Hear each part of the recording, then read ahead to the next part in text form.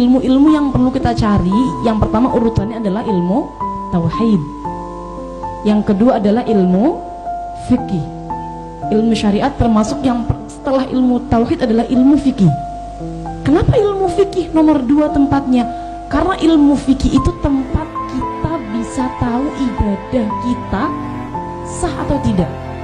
Dari situ bahkan Dawu Abu Abdullah Kafabi Mahrus, beliau Dawu, ketika orang itu faham ilmu fikih, maka Allah akan memudahkan dia memahami ilmu-ilmu yang lain. Karena ibadahnya sah, dia sholatnya benar. Jadi dia kalau mau nyari ilmu-ilmu yang lain juga akan mudah. Jadi seperti itu. Selain ilmu fikih, selanjutnya juga termasuk setelah ilmu tauhid adalah ilmu akhlak yang tidak kalah pentingnya. Tidak kalah pentingnya ilmu akhlak. Ilmu-ilmu ini perlu kita cari agar kita bisa melakukan ittaqillah haitsu ma kunta. Orang itu kalau sudah takwa, teman-teman, sebenarnya kalau sudah takwa, semua hal yang dia butuhkan di dunia dicukupi oleh Allah. Wa may yattaqillah yaj'al lahu min amrihi yusra. Wa may yattaqillah yaj'al lahu makhraja wa yarzuquhu min haitsu la yahtasib. Banyak sekali ya dawu-dawu Allah terkait janjinya kepada orang yang bertakwa. Wattaqullah wa yu'allimukumullah. Ternyata orang itu kalau mau gampang dapat ilmunya, gampang ngajinya, itu awalnya harus dengan takwa. Wattaqullah wa yu'allimukumullah. Jadi kalau di pondok, kayaknya di pondok kok lama enggak pinter-pinter, kok lama tapi kok ngajinya enggak masuk-masuk. Jangan-jangan masih banyak perkara takwa yang dia sepelekan. Jangan-jangan masih banyak sholat yang mungkin sholatnya bolong-bolong, belum dikodok. Jangan-jangan makannya masih sembarangan, masih ada yang tidak halal yang masuk. Itu kan juga termasuk dari bagian takwa. Sama, kita menjauhi yang tidak halal, melakukan yang diperintahkan, menjauhi yang haram, itu termasuk dari bagian takwa. Itu yang pertama ya, ittaqillah haitsu ma kunta. Yang kedua, wa atbi'is sayyi'ah alhasanah tamhuha. Kalau habis melakukan keburukan, maka ikutilah dengan kebaikan. Niscaya kebaikan tadi akan menghapus keburukan yang dia lakukan. Ini adalah kunci kita menghadapi kekurangan dalam diri kita.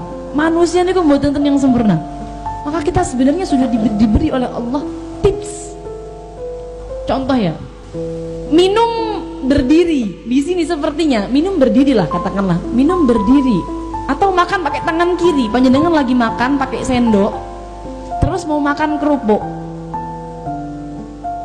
itu kan biasanya sendoknya makan pakai tangan kanan, kerupuknya pakai tangan kiri nih. Pastilah punya kekurangan. Itu kan kayak adab-adab yang tidak kita lakukan ya. Mau tidak mau melakukan suatu kesalahan, atau panjenengan dilalah kebetulan melakukan perkara dosa, contohnya sholat kodok. Sholatnya kodok, kodoknya bukan gara-gara belajar, bukan, tapi gara-gara main game, atau mbak-mbak ini gara-gara lihat drakor. Episodenya kan banyak kalau drakor. Habis episode tiba-tiba baru ingat, aduh belum sholat zuhur misal. Ini kira-kira dosa nggak meninggalkan sholat zuhurnya? Dosa pasti.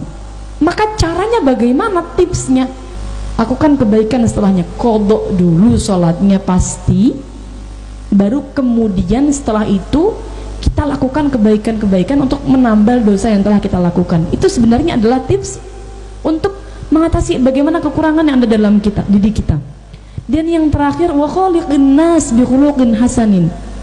Yang ini berarti termasuk ilmu sosial, termasuk tips dari Allah lewat Nabi Muhammad yang disampaikan kepada sahabat Abu Dzar, bagaimana cara kita bergaul, muasyarah dengan manusia, dengan orang sekitar.